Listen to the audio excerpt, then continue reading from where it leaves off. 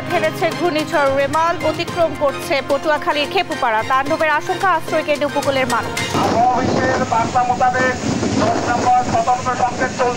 আমরা এখন কি করব, পোলাপান নিয়ে কোনে বাঁচবো, আমরা সেই চিন্তায় আমরা এখন করছি। ঘূর্ণিঝড় মোকাবেলায় প্রস্তুত সরকার, সব মন্ত্রণালয়ের কর্মকর্তা কর্মচারীদের ছুটি বাতিল। ক্ষয়ক্ষতি রোধে 19 জেলায় কাজ করবে যৌথ বাহিনী। সবাই ঐক্যবদ্ধভাবে এই দুর্যোগ মোকাবেলার জন্য আমরা সবাই প্রস্তুত। তারেক রহমানকে দেশে ফিরিয়ে এনে সাজা কার্যকর করা হবে, জানালেন প্রধানমন্ত্রী। জনগণের জীবনমান উন্নয়নের প্রত্যয়। একের পর এক বেরিয়ে আসছে বেনজিরের সম্পদ। আরো 119 স্থাবর অস্থাবর সম্পদ জব্দের নির্দেশ আদালতের। প্রক্রিয়া শুরু করেছে দুদক। এবং আবাসন ব্যবসার নামে নর্থ সাউথ গ্রুপের মহাপ্রতারণা। ঢাকার চারপাশে গড়ে তুলেছে 3টি প্রকল্প। জমি ফেরত চাইলে নেমে আসে নির্যাতন।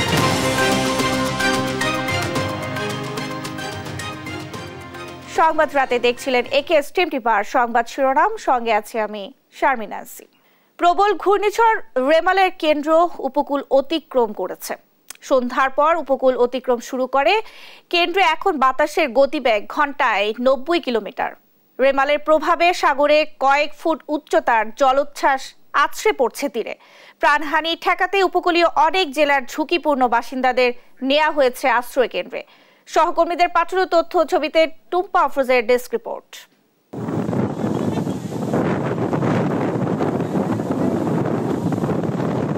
রোববার সন্ধ্যার পর থেকেই পটুয়াখালীর খেপুপাড়া অতিক্রম শুরু করে প্রবল ঘূর্ণিঝড় রিমাল। ঘূর্ণিঝড়ের কেন্দ্রে এখন বাতাসের গতিবেগ ঘন্টায় 90 কিলোমিটার। প্রবল ঘূর্ণিঝড়টির কেন্দ্র মংলার দক্ষিণ পশ্চিম দিক দিয়ে পশ্চিমবঙ্গ খেপুপাড়া উপকূল অতিক্রম শুরু করেছে।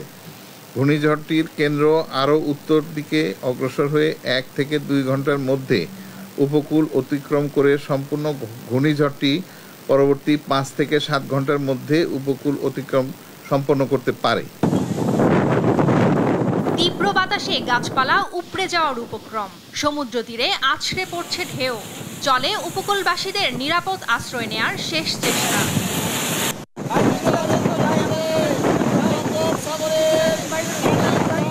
সন্ধ্যার আগ থেকেই ঘূর্ণিঝড় রিমালের অগ্রভাগের দাপট শুরু হয় পটুয়াখালীতে। সমুদ্রে উঠতে থাকে কয়েক ফুট উচ্চতার জলোচ্ছ্বাস। বাড়ে বাতাসের তাণ্ডবও। এ সময় কলাপাড়ার চর থেকে পরিবারকে নিয়ে আশ্রয় কেন্দ্রে যাওয়ার সময় পানির তোড়ে ডুবে একজনের মৃত্যু হয়। বাগেরহাটের সদর, মোরেলগঞ্জ, শরণখোলা, মোংলা ও রামগঞ্জ উপজেলার নদী তীরের অনেক গ্রামে পানি ঢুকে পড়েছে। এতে পানিবন্দী হয়েছেন অনেকে। সেই সঙ্গে কুমিরের প্রজনন কেন্দ্র সুন্দরবনের করমজল পুরোপুরি তলিয়ে যায় পানিতে। দিনের বেলা আজকেরও জোয়ারের যে পানি হচ্ছে না, সাধারণ জোয়ারে বা এই সময় যে পানি হওয়ার কথা তার থেকে আমরা 4 ফুট মতো পানি বেশি হয়েছে। আমাদের যে করমজল সহ সুন্দরবন সমস্ত জায়গায় পানি বেশি চলে গেছে। 9 নম্বর মহাবিপদ সংকেতে থাকা কক্সবাজারে দিনভর হয় বৃষ্টি। উত্তাল হয়ে উঠেছে সমুদ্র। মহেশখালীর মাতারবাড়ি সহ বিভিন্ন নিম্নাঞ্চলে ঢুকে পড়ে পানি। বাতাসের গতিবেগও বেড়েছে কয়েক গুণ। প্রবল বাতাস বয়ে যাচ্ছে সাতক্ষীরার শ্যামানগর ও আশাশুনি উপকূলে। জোয়ারের পানি বেড়ে 4 থেকে 5 ফুট উচ্চতার ঢেউ আছড়ে পড়ছে তীরে। উপকূল জুড়ে চলা 10 নম্বর বিপদ সংকেতে স্থানীয়দের মাঝে চরম আতঙ্ক বিরাজ করছে। রিংবাঁধ রক্ষায় প্রাণপণ চেষ্টা করলেও শেষ পর্যন্ত রক্ষা করা যায়নি। পুরোপুরি ধসে গেছে বাঁধটি। 10 নম্বর মহাবিপদ সংকেতে থাকা ভোলায় বিকেলে সাগরের পানিতে তলিয়ে যায় 30টি গ্রাম। যে যার মতো ছোটেন নিরাপদ আশ্রয়ের খোঁজে। তাৎক্ষণিকভাবে গবাদি পশু নিয়ে অনেকেই বিপাকে পড়েছেন। ভোলায় বাতাসের গতি বেড়েছে কয়েক গুণ, সাথে হচ্ছে ভারী বৃষ্টিপাতও। এদিকে ঘূর্ণিঝড়ের প্রভাবে চরম আতঙ্কে রয়েছে বরগুনার বিষখালী নদী পাড়ের মানুষ। বাড়িঘরে পানি উঠে যাওয়ায় দিনভর আশ্রয় কেন্দ্রের উদ্দেশ্যে ছোটেন তারা। জেলায় খুলে দেওয়া হয়েছে 673টি আশ্রয় কেন্দ্র। 10 নম্বর সংক্ষেপে কিছুক্ষণ আগে শুনছি, এখন আমরা সাইক্লো সেন্টারে যাওয়ার জন্য প্রস্তুত করছি। সন্ধ্যা নাগাদ ঝালকাঠিতে বাতাসের গতিবেগ বেড়েছে কয়েক গুণ। আশ্রয় কেন্দ্রে যেতে উপকূলে করা হয় মাইকিং। জেলায় প্রস্তুত রাখা হয়েছে 885টি আশ্রয় কেন্দ্র ও 62টি সাইক্লোন শেল্টার। 10 নম্বর মহাবিপদ সংকেত দেওয়া হলেও আশ্রয় কেন্দ্রে যেতে রাজি হয়নি অনেকে। পিরোজপুরে ঘূর্ণিঝড়ের প্রভাবে দিনভর হয় বৃষ্টি, বয়ে যায় দমকা হাওয়া। ঝুঁকিপূর্ণ এলাকার অনেকেই ছোটেন সাইক্লোন শেল্টারে আশ্রয় নিতে। বরিশালে রোববার সকাল থেকেই বিভিন্ন রুটে বন্ধ রাখা হয় নৌ চলাচল। সচেতনতায় নৌ পুলিশের পক্ষে করা হয়েছে মাইকিং। এদিকে ঘূর্ণিঝড় রিমালের আঘাতে ক্ষয়ক্ষতি কমাতে চট্টগ্রাম বন্দর বন্ধ রাখে সব ধরনের অপারেশনাল কার্যক্রম। চালু রাখা হয় জরুরি কন্ট্রোল রুম। জেটি থেকে বহির্নোঙরে সরিয়ে নেওয়া হয়েছে সব জাহাজ। সেই সঙ্গে বন্দরের সব সরঞ্জাম নেওয়া হয়েছে নিরাপদ স্থানে। টুম্পা আফরোজ, নিউজ ডেস্ক, দেশ টিভি। ঘূর্ণিঝড় রেমালের সবশেষ অবস্থা জানাতে পটুয়াখালী থেকে যুক্ত হচ্ছেন সহকর্মী ফখরুল ইসলাম। ফখরুল, ঘূর্ণিঝড় রেমাল উপকূল অতিক্রম করেছে কিনা বা প্রভাব কেমন পড়ছে আপনি আমাদেরকে জানাবেন। ন্যান্সি, অসংখ্য ধন্যবাদ। আপনি জানেন ঘূর্ণিঝড় রেমাল সেটি বলা হয়েছে সন্ধ্যার পরে আঘাত হানবে দক্ষিণ উপকূলে এবং বাংলাদেশের উপর দিয়ে, সেটি এখন আসলে আঘাত হানছে এবং তার যে প্রচন্ড গতিবেগ, সেই গতিবেগ আমরা আছি কুয়াকাটা সমুদ্র সৈকতের একেবারে পাশেই এবং আপনি লক্ষ্য করছেন সেখানে আসলে দাঁড়িয়ে থাকার মতো কোনো সাধ্য নেই কারোই। এখানে আশপাশে যত কিছু আছে সবকিছু কিন্তু ভেঙে তছনছ করে দিচ্ছে এবং সাইনবোর্ড থেকে শুরু করে ছোট যেসব দোকানপাট রয়েছে সেগুলো আসলে কোনো কিছু এখানে আসলে দাঁড়িয়ে থাকার মতো কোনো পরিস্থিতি নেই। আপনি যদি আপনাকে বলি যে এখানকার পরিস্থিতিটা এত ভয়াবহ যে রেমালের যে মূল তাণ্ডবটি সেটি শুরু হয়েছে এবং প্রচন্ড গতিবেগে পানির যে তীব্রতা, পানি কিন্তু একেবারে সি বিচ যে সমুদ্র সৈকত আছে সেই সমুদ্র সৈকত উপচে পড়ে পানি আসলে একেবারে মূল প্রধান সড়কে চলে এসছে এবং বাতাসের প্রচন্ড গতিবেগ। আপনি জানেন যে ঘূর্ণিঝড় রেমালের মূল যে অংশটি সেটি বলা হয়েছিল যে কেন্দ্রে 64 কিলোমিটার এবং তার আশপাশে 90 কিলোমিটারের মধ্যে আসলে প্রায় 120 থেকে 130 কিলোমিটার গতিবেগে এটি আসলে প্রবাহিত হবে এবং সেটি কিন্তু আমরা লক্ষ্য করছি বাতাসের যে গতিবেগ এবং বায়ু তাড়িত যে পানি সেটি কিন্তু আসলে এবং একই সঙ্গে যে বৃষ্টিপাত, যার কারণে আসলে কোনোভাবেই এখানে দাঁড়িয়ে থাকা খুবই কষ্টসাধ্য ব্যাপার। যেহেতু খুবই ঘুটঘুটে অন্ধকার, সে অন্ধকারে আমরা আসলে ক্যামেরার মাধ্যমে সবকিছু আসলে বোঝানো আমাদের দর্শকদের কোনোভাবেই সম্ভব নয়। এখানকার যে গাছপালাগুলো রয়েছে সেগুলো পুরো তছনছ করে দিচ্ছে এবং সমুদ্র সৈকতের পাশে কিন্তু আমরা রয়েছি এবং রেমালের যে তীব্রতা, সে তীব্রতা আমরা আসলে গত বছর ঘূর্ণিঝড় যে মোখার তীব্রতা লক্ষ্য করেছি কক্সবাজার দিয়ে যেটি বয়ে গিয়েছিল তার থেকে আরো বেশি ভয়ঙ্কর ভাবে ঘূর্ণিঝড় রেমাল সেটি আসলে বাংলাদেশের উপর দিয়ে বলা হয়েছিল আগে থেকে যে এটি বাংলাদেশের উপর দিয়ে খুব মংলা এবং পায়রা কুয়াকাটা হয়ে দেশের 16টি জেলা আসলে উপর দিয়ে এটি বয়ে যাবে এবং সেটি কিছুটা কলকাতার উপর দিয়ে বাংলাদেশ এবং কলকাতার উপর দিয়ে আসলে সেটি প্রবাহিত হয়ে যাচ্ছে এবং ঘূর্ণিঝড় রেমালের যে তীব্রতা বাংলাদেশ অংশে আমি আসলে এখানে দাঁড়িয়ে থাকা খুবই ভয়ঙ্কর পরিস্থিতি, বাংলাদেশের তীব্রতা এবং গতিবেগ সেটি আসলে এখানে না বোঝানো সম্ভব নয়। রেমালের যে গতিবেগ সেটি আসলে ভয়ঙ্কর এবং অতি ভয়ঙ্কর বলা যায়। বাতাসের যে তীব্রতা এবং ছোটখাটো যেসব দোকানপাটগুলো রয়েছে সি বিচের পাশে এবং সি বিচের উপরে, সেই দোকানপাটগুলো কিন্তু ভেঙে তছনছ করে দিয়েছে। আমরা একটু দেখাতে চাই ক্যামেরার মাধ্যমে যতগুলো ভারী লোহার যে স্থাপনা কিংবা সাইনবোর্ড সবকিছু কিন্তু ফেলে দিয়েছে। তাহলে বুঝতেই পারছেন আসলে ঘূর্ণিঝড় রেমালের যে তীব্রতা, ঘুটঘুটে অন্ধকার হওয়ার কারণে আসলে ঘূর্ণিঝড় রেমালের যে তীব্রতা সেটি কিন্তু বোঝানো সম্ভব হচ্ছে না।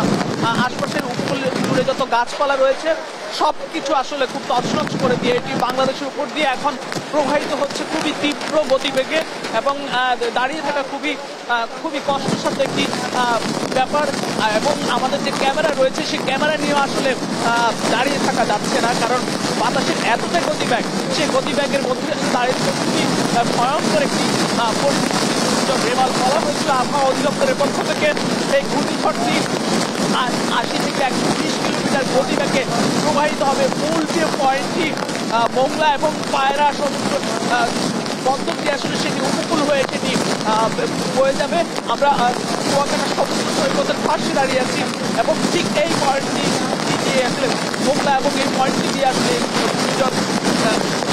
রেমালটি আসলে বয়ে যাচ্ছে বাংলাদেশের উপর দিয়ে, এবং এটি কয়েক ঘন্টা স্থায়ী হবে। বলা হয়েছিল যে ঠিক ভোর পর্যন্ত এটি স্থায়ী হবে এটি প্রতিবাদ। এবং সরকারের পক্ষ থেকে দুর্যোগ ব্যবস্থাপনা ত্রাণ মন্ত্রণালয়ের পক্ষ থেকে গত দুদিন ধরে যে প্রস্তুতির কথা বলা হয়েছিল, যে আশ্রয়ণ কেন্দ্রগুলো রয়েছে, সেই আশ্রয়ণ কেন্দ্রগুলোতে আজকে সারাদিন এবং গতকাল থেকে সাধারণ মানুষকে সরিয়ে নেওয়া হয়েছে। এবং আশপাশের যেসব লোকালয়গুলো রয়েছে সমুদ্র উপকূলবর্তী, সেসব লোকালয়গুলোতে সাধারণ মানুষকে সরিয়ে নেওয়ার কথা বলা হয়েছিল এবং তাদেরকে ত্রাণ সামগ্রী সব কিছু দেওয়ার কথা বলা হয়েছিল। এবং আপনাকে যদি বলি যে সাগর ভয়ঙ্কর উত্তাল, এবং এই মুহূর্তটি অর্থাৎ যখন আসলে এই মুহূর্তে এই ঘূর্ণিঝড় রেমাল বয়ে যাচ্ছে বাংলাদেশের উপর দিয়ে, এই মুহূর্তে সাগরের জোয়ারও কিন্তু রয়েছে এবং সেটি আসলে ভাটায় পরিণত হওয়ার সাগরের জোয়ার বয়ে যাচ্ছে। আসলে এখানে দাঁড়িয়ে থাকা ভয়ঙ্কর আমাদের দর্শকেরা রয়েছে, তারা বাতাসের গতিবেগ, সেই প্রচণ্ড গতিবেগ আসলে দাঁড়িয়ে থাকার কোনো সাধ্য নেই। কারণ এতটা আমরা ঠিক সমুদ্র সৈকতের কিছুটা উপরের সড়ক থেকে আমরা দাঁড়িয়ে আছি, এবং একটি যে আদা বাটা দোকান এবং আপনি লক্ষ্য করে থাকবেন যে সাধারণ যে স্থাপনাগুলো রয়েছে, ছোটখাটো দোকানগুলো রয়েছে, সেগুলো কিন্তু উড়িয়ে নিয়ে যাচ্ছে রেমালের যে তীব্রতা, রেমালের তীব্রতা সেগুলো কিন্তু উড়িয়ে নিয়ে যাচ্ছে। এবং সাধারণ মানুষ, যারা লোকালয় মানুষ রয়েছেন, সকলেই কিন্তু যার মতো করে সকলেই তাদের যেই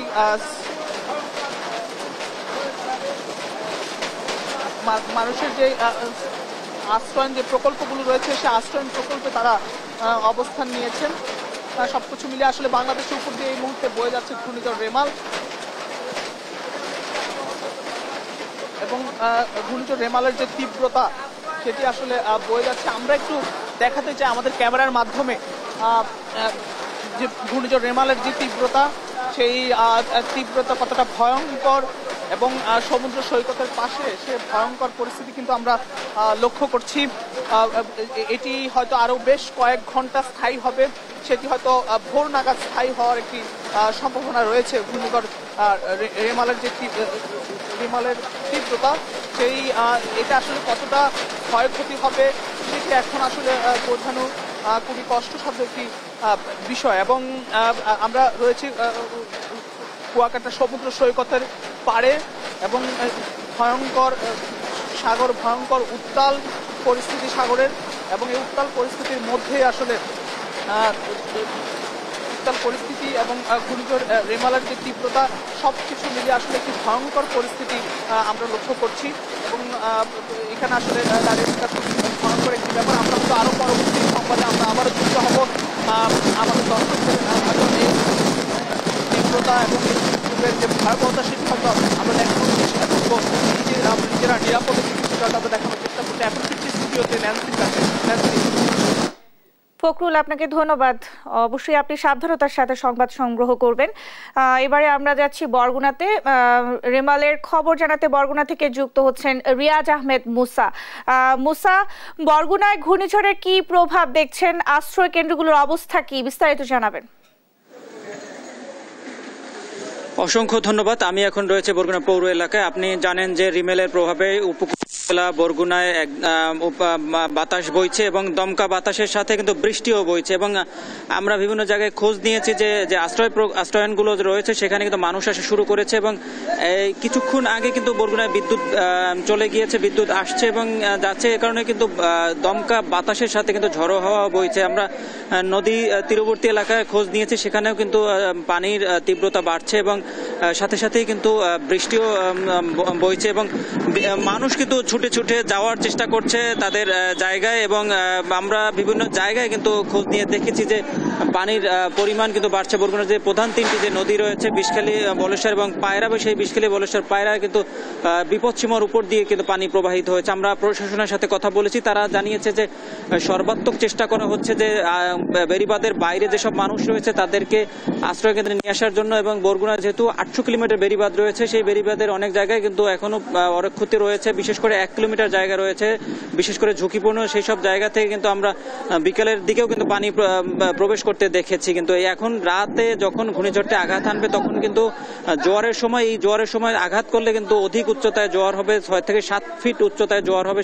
সে কারণে কিন্তু একটি আশঙ্কা তৈরি হয়েছে এবং ভয় মানুষের মধ্যে কাজ করছে যে অধিক উচ্চতায় জোয়ার হলে কিন্তু মানুষের এক ধরনের বিপদ বয়ে যাবে উপকূলের উপর দিয়ে। এবং এই উপকূলে এই যে মাস চলছে, এই মাসেই কিন্তু যত ঝড়, জলোচ্ছ্বাস এবং ঘূর্ণিঝড় হয়েছে এই মাসে কিন্তু আক্রান্ত হয়েছে, যে কারণে কিন্তু যখনই রাতে ঘূর্ণিঝড়গুলো এই উপকূলে আঘাত এনেছে সেই রাতের ঘূর্ণিঝড় কিন্তু সব থেকে বেশি হয়েছে। এখন কিন্তু তীব্র থেকে তীব্র ঝড় বয়ে যাচ্ছে এবং মানুষ ছোটাছুটি করছে এবং তাদের গন্তব্যে যাওয়ার চেষ্টা করছে। এবং সারাদিন কিন্তু দিনভর বৃষ্টি হয়েছে, কিন্তু সেই বৃষ্টি হলেও কিন্তু তখন কিন্তু এত আতঙ্ক মানুষের মধ্যে ছিল না। কিন্তু এই সন্ধ্যার পর থেকে কিন্তু বাতাসের তীব্রতা খুবই বেড়েই চলছে এবং মানুষ আতঙ্কগ্রস্ত হয়ে গিয়েছে। এবং প্রশাসনের পক্ষ থেকে এখন পর্যন্ত কিন্তু মাইকিং করা হচ্ছে যে আশ্রয় কেন্দ্রে যাওয়ার জন্য, যে এই ঘূর্ণিঝড়ের মূল অংশ যদি যখন উপকূলের দিকে উঠে আসবে তখন কিন্তু বাতাসের তীব্রতা এর থেকেও বেড়ে যাবে, তখন কিন্তু মানুষ আশ্রয় কেন্দ্রে যাওয়ার মতো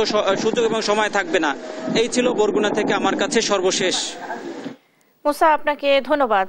দর্শক, বরগুনা থেকে আমাদের সঙ্গে যুক্ত ছিলেন সহকর্মী রিয়াজ আহমেদ মুসা। এবার যাব ভোলায়, সেখান থেকে যোগ দিচ্ছেন সহকর্মী ছোটন সাহা। ছোটন, ভোলায় ঘূর্ণিঝড় রেমালের তাণ্ডব কেমন দেখছেন আর সরেজমিনে কি চিত্র দেখছেন আমাদেরকে জানাবেন।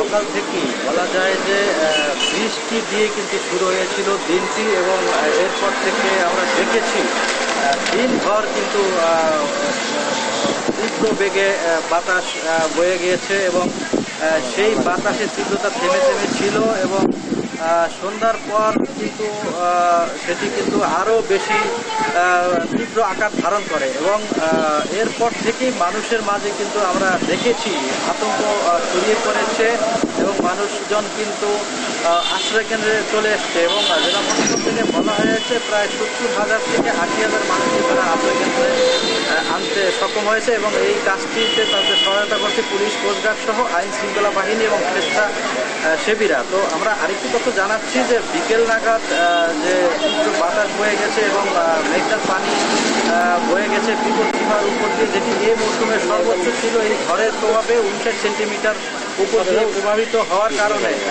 বিশেষ করে যে সমস্ত এলাকা রয়েছে, বেড়িবাঁধের বাইরে যে সমস্ত এলাকা রয়েছে সেটি কিন্তু প্লাবিত হয়েছে এবং বলা যায় যে ভোলাতে যেহেতু 335 কিলোমিটার বেড়িবাঁধ রয়েছে, এর মধ্যে বলা যায় যে 20 থেকে 25 কিলোমিটার বেড়িবাঁধ কিন্তু ঝুঁকির মধ্যে রয়েছে এবং এগুলো মাটির বেড়িবাঁধ। উপকূলের বাসিন্দারা এই বেড়িবাঁধ নিয়েও কিন্তু অনেকটা আতঙ্কের মধ্যে রয়েছে। আরেকটি তথ্য যুক্ত করতে চাই, এখানে যে অবস্থাটা বিরাজ করছে, যেহেতু রোমালের যে প্রভাব শুরু হয়ে গেছে, তো এটি যদি ভোর রাত পর্যন্ত থাকে এবং পানি উন্নয়ন বোর্ড বলছিল সেই ক্ষেত্রে একটু জলোচ্ছ্বাস হওয়ার কিন্তু আতঙ্ক তারা করছে, কারণ দ্বিতীয় ধাপে কিন্তু আবারও জোয়ার বয়ে আসবে রাত্র 3টা নাগাদ। তো সেই ক্ষেত্রে উপকূলে কিন্তু আরও বেশি ঝুঁকিতে পড়ার আশঙ্কা কিন্তু পানি উন্নয়ন বোর্ডের পক্ষ থেকে করা হচ্ছে এবং জেলা প্রশাসক বলছিলেন যে সর্বোচ্চ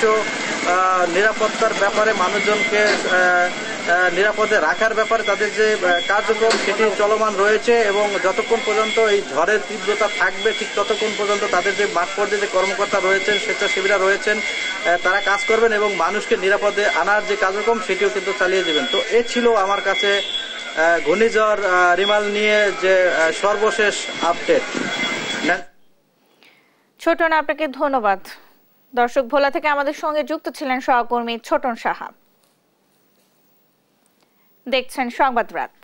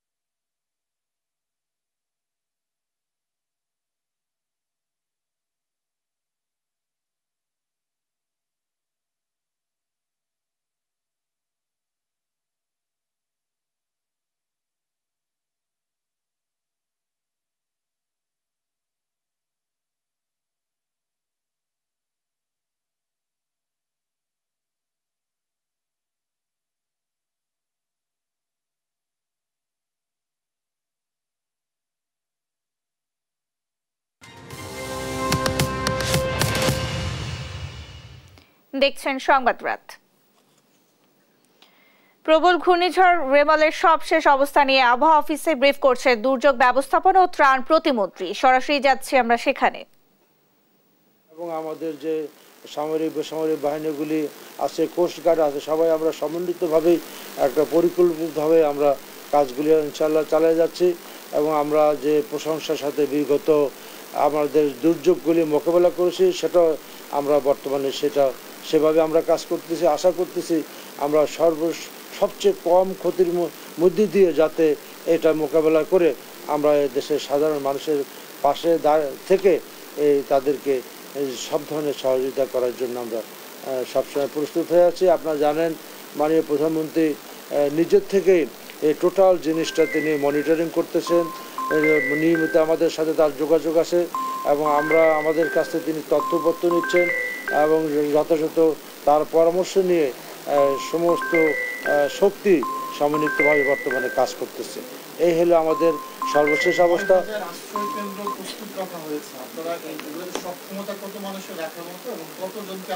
আপনারা জানেন যে আমরা দুপুর পর্যন্ত আমরা বলেছি প্রায় 8 লক্ষ লোকের আশ্রয় কেন্দ্রে আমরা তখন পৌঁছেছে এবং আপনারা জানেন সন্ধ্যার ভিতরে সমস্ত মানুষ ইতিমধ্যে আশ্রয় কেন্দ্রে পৌঁছে গেছে। এবং আমরা এটুকু আশ্বস্ত করতে চাই আমরা প্রায় 9000 যে আশ্রয় কেন্দ্র আছে এটা ওই উপকূলীয় মানুষের আশ্রয়ের জন্য যথেষ্ট। এরপরও যদি মানুষের প্রয়োজন হয় আমাদের বিভিন্ন শিক্ষা প্রতিষ্ঠানগুলিকে আমরা প্রস্তুত রেখেছি, সুতরাং আশ্রয় কেন্দ্রের যে সক্ষমতা সেটা আমাদের পরিপূর্ণ রয়েছে। আর আশ্রয় কেন্দ্রগুলিকে খাবার, শুকনো খাবার, পানি এবং আমার চিকিৎসা সামগ্রী এবং বিভিন্ন রকম যে জিনিস যেগুলি আমরা সাধারণত সবসময় দিয়ে থাকি, সেগুলিতে আপনারা জানেন যে আমরা একদিন আগে প্রত্যন্ত অঞ্চল পর্যন্ত আমাদের এগুলি পৌঁছে গেছে। এবং বন্যা পরবর্তীতে আমাদের যে কাজগুলি করণীয় সেই কাজগুলি আমরা এখন ইতিমধ্যে শুরু করে দিয়েছি।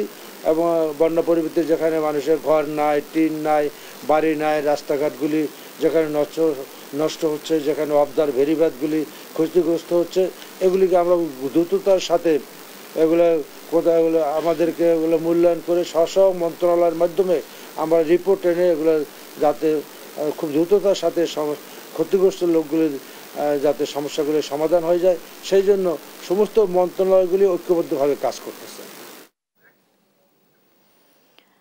ঘূর্ণিঝড় রেমালের সবশেষ অবস্থা নিয়ে আবহাওয়া অফিসে ব্রিফ করছিলেন দুর্যোগ ব্যবস্থাপনা ও ত্রাণ প্রতিমন্ত্রী। আমরা সরাসরি সেখানেই যুক্ত ছিলাম।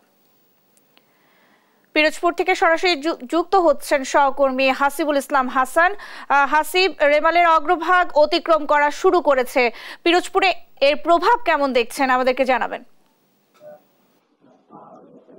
ন্যান্সি, বলে রাখি যে পিরোজপুরে যে 10 নম্বর মহাবিপদ চলছে এটা আমি দর্শকদের জানিয়ে রাখলাম এবং এই কারণে কিন্তু ইতিমধ্যে প্রচুর পরিমাণে বাতাস কিন্তু সৃষ্টি হচ্ছে এবং বিকাল থেকে কিছু সময় একটু বাতাসটা থামলো, কিন্তু এখন ইতিমধ্যে কিন্তু বাতাসের বেগটা অনেকটাই বেশি, বিশেষ করে মঠবাড়িয়া এবং ইন্দুরকানী উপজেলায় কিন্তু তীব্র বাতাস বইছে এবং বেশ কিছু গাছ উপড়ে পড়েছে, ইতিমধ্যে আমরা খবর পেয়েছি। এছাড়া বৃষ্টি কিন্তু থেমে থেমে বারবার বৃষ্টি হচ্ছে, এই কারণে আশ্রয় কেন্দ্রে কিন্তু মানুষের একটু রাত হওয়ার সাথে সাথে কিন্তু আশ্রয় কেন্দ্রে মানুষের ভিড়টাও একটু বৃদ্ধি পাচ্ছে। এবং আরেকটা বিষয় বলে রাখি যে এখানে পিরোজপুরের মানুষের প্রধান ভয়টা হয়ে দাঁড়িয়েছে যে অতিরিক্ত জোয়ারের অতিরিক্ত পানি বৃদ্ধি এবং জলসেচের সম্ভাবনাও আছে, আবহাওয়া অফিস থেকে জানানো হয়েছে। এই কারণে কিন্তু পানিটা অনেকটাই বৃদ্ধি পেয়েছে ইতিমধ্যে। এবং আমি বলে রাখি যে স্বাভাবিক জোয়ারের থেকে কিন্তু ইতিমধ্যে পিরোজপুরের বলেশ্বর, কচা এবং কালীগঙ্গা নদীতে কিন্তু 2 থেকে 3 ফুট কিন্তু পানি ইতিমধ্যে অনেকটাই বৃদ্ধি পেয়েছে। এই কারণে কিন্তু বেড়িবাঁধ যে এলাকায় ছিল সেই এলাকায় বেড়িবাঁধের ঝুঁকিপূর্ণ এলাকা থেকে কিন্তু ইতিমধ্যে পানি প্রবেশ করছে নিম্নাঞ্চলে এবং পিরোজপুরের মঠবাড়িয়ার খাতাচিরা, সাপলেজা, আমরাগাছিয়া এবং বড়মাছুয়া সহ পিরোজপুর ইন্দুরকানীর বলেশ্বর সহ বিভিন্ন স্থানে এবং কিছু সদরের বেশ কিছু এলাকা কিন্তু ইতিমধ্যে নিমজ্জিত হয়েছে পানি নিচে এবং বেশ কিছু ঘর কিন্তু পানিতে তলিয়ে গেছে। প্রশাসন থেকে বলা হচ্ছে যে মানুষকে নিরাপত্তা দেওয়ার জন্য এবং নিরাপদ আশ্রয় কেন্দ্রে নেওয়ার জন্য কিন্তু তারা তৎপরভাবে কাজ করছে এবং পিরোজপুরের জেলা প্রশাসন যে কিন্তু ইতিমধ্যে 7টি কন্ট্রোল রুম তারা খুলেছে এবং তার মাধ্যমে কিন্তু সার্বিক ঘূর্ণিঝড় রিমালের ব্যাপারে সার্বিক তদারকি করছে। এবং সর্বশেষ তথ্য অনুযায়ী কিন্তু ইতিমধ্যে জেলা প্রশাসন থেকে জানাচ্ছে প্রায় 20,000-এর অধিক মানুষ কিন্তু ইতিমধ্যে তারা আশ্রয়ন প্রকল্পে আশ্রয়ের যে আছে সেটা কিন্তু ইতিমধ্যে তারা নিতে পেরেছে। মূলত আমরা যে বলছিলাম যে প্রশাসন থেকে আরো কি বলা হচ্ছে যে মানুষের জানমাল নিরাপত্তার জন্য কিন্তু তারা চেষ্টা কিন্তু করছে। ন্যান্সি, মূলত এই ছিল রেমালের বিষয়ে সর্বশেষ।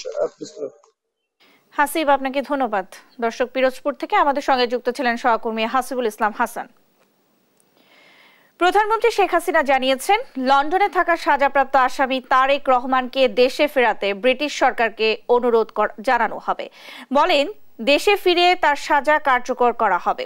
রোববার সকালে গণভবনে প্রধানমন্ত্রী শেখ হাসিনার সঙ্গে শুভেচ্ছা বিনিময় করতে যান কোটালীপাড়া উপজেলা আওয়ামী লীগের নবনির্বাচিত চেয়ারম্যান ও কাউন্সিলররা। এ সময় স্থানীয় কিছু নেতাও উপস্থিত হয়েছিলেন গণভবনে। নবনির্বাচিত জনপ্রতিনিধিরা প্রধানমন্ত্রীকে শুভেচ্ছা জানান। উপস্থিত নেতাকর্মীদের উদ্দেশ্যে সংক্ষিপ্ত বক্তব্য রাখেন সরকার প্রধান। বলেন 10 ট্রাক অস্ত্র মামলার আসামি তারেক রহমানকে ফিরিয়ে সাজা কার্যকর করাই এখন অন্যতম কাজ।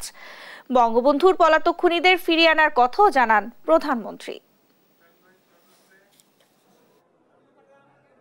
সাজাপ্রাপ্ত রেল হামলার আসামি, সাজাপ্রাপ্ত দুর্নীতিতে চ্যাম্পিয়ন, সাজাপ্রাপ্ত আসামি, সে থেকে এখন আমরা নিয়ে আসবো ব্রিটিশ গভর্নমেন্টের কাছে।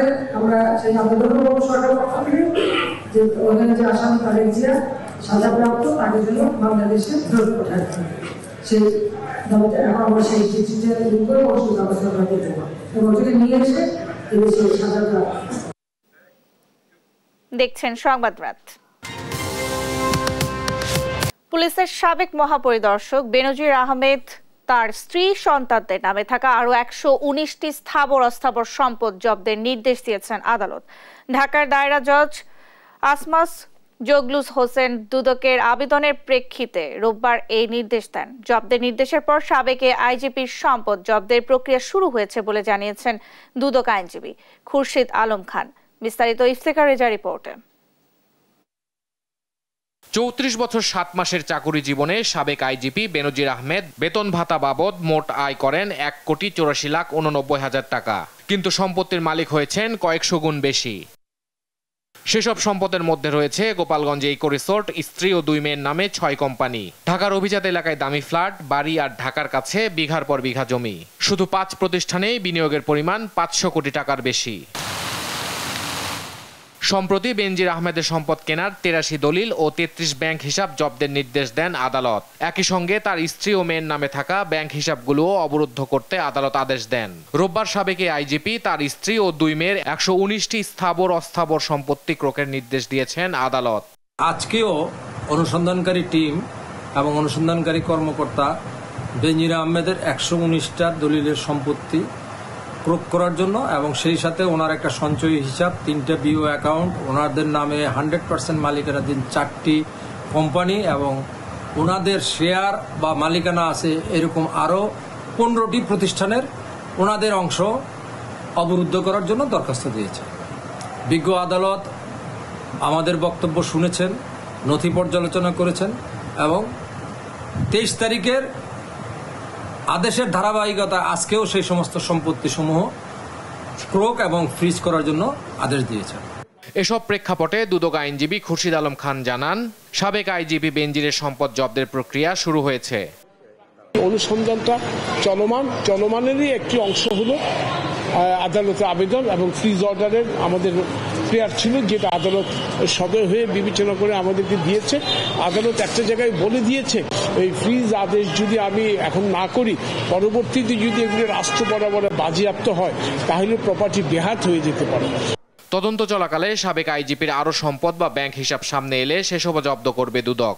অনুসন্ধান কাজ চলাকালীন সময় যদি আরো কোনো প্রপার্টি আসে বা আরো কোনো যদি ব্যাংক অ্যাকাউন্ট আসে, দুর্নীতি দমন কমিশনের অনুসন্ধানকারী দল যদি মনে করে সেটা জব্দ করা উচিত, সেইগুলোর জন্য নতুন করে তারা আবেদন করতে পারবে, আইনি কোনো বাধা নাই।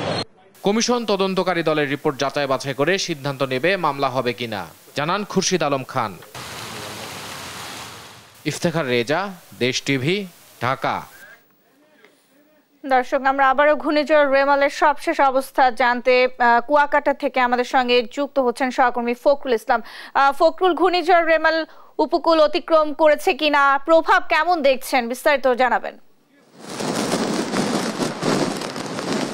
ন্যান্সি, অসংখ্য ধন্যবাদ। আপনি জানেন যে ঘূর্ণিঝড় রেমাল আসলে এখনো পায়রা সমুদ্র বন্দর থেকে 150 কিলোমিটার দক্ষিণ পশ্চিমে অবস্থান করছে, কিন্তু এই মুহূর্তে আমরা কুয়াকাটা সমুদ্র সৈকতের পাশে অবস্থান করছি এবং বাতাসের যে গতিবেগ এবং জলোচ্ছ্বাসের যে গতিবেগ সেটি পায়রা সমুদ্র বন্দরের পক্ষ থেকে আমাদেরকে জানানো হয়েছে কিছুক্ষণ আগে 9টার পরপরই বাতাসের গতিবেগ 70 থেকে 80 কিলোমিটার গতিবেগে বয়ে যাচ্ছে।